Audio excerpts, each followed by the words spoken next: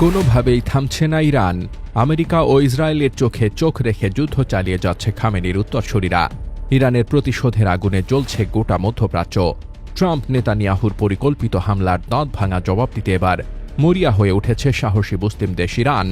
এমন পরিস্থিতিতে ট্রাম্প যখন কঠোর হুঁশিয়ারি দিচ্ছেন, ফ্রান্সের প্রেসিডেন্ট ম্যাক্রো যখন পারমাণবিক অস্ত্র বানানোর ঘোষণা দিচ্ছেন, ঠিক তখনই কোনোরকম ভয়ডরহীনভাবে ইসরায়েলে মুহুর্মুহু মিসাইল হামলা করে নেতানিয়াহুকে কড়া জবাব দিচ্ছে ইরান। তবে এই যুদ্ধে যখন পারমাণবিক অস্ত্রের ঝনঝনানির কথা উঠছে, ঠিক তখনই ভয়াবহ কম্পনে কেঁপে উঠল ইরান। অনেকের ধারণা ইরানের কাছে পারমাণবিক অস্ত্র আছে, তবে ইরান কখনোই সেটি স্বীকার করেনি। কিন্তু যে দেশের কাছে পারমাণবিক অস্ত্র নেই, সেই দেশ কিভাবে পারমাণবিক অস্ত্রধারী দেশের সাথে চোখে চোখ রেখে কথা বলছে? ইরান যখন যুদ্ধবিরতির কথা নাকচ করে দিয়েছে, ঠিক সেই সময় পারমাণবিক শক্তিধর দেশগুলো আলোচনায় বসেছে। আর এই আলোচনার মধ্যেই কেঁপে উঠেছে ইরান, যেটিকে বলা হচ্ছে ভূমিকম্প। আসলে কি ইরানে ভূমিকম্প হয়েছে, নাকি অন্য কোনো ঘটনা ঘটতে যাচ্ছে?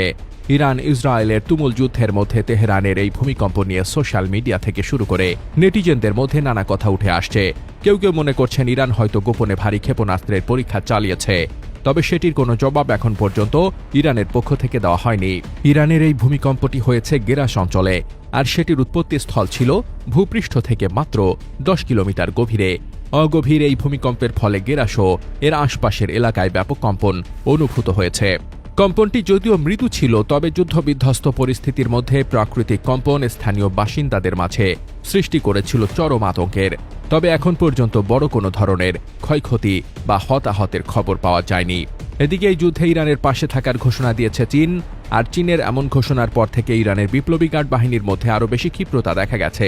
ট্রাম্প ও নেতানিয়াহু ধারণা করেছিল আয়াতুল্লাহ আলী খামেনির মৃত্যুর পর হয়তো এই যুদ্ধ থেমে যাবে, কিন্তু খামেনির মৃত্যুর পর বড় প্রতিশোধ নেবার ঘোষণা দিয়েছে ইরান।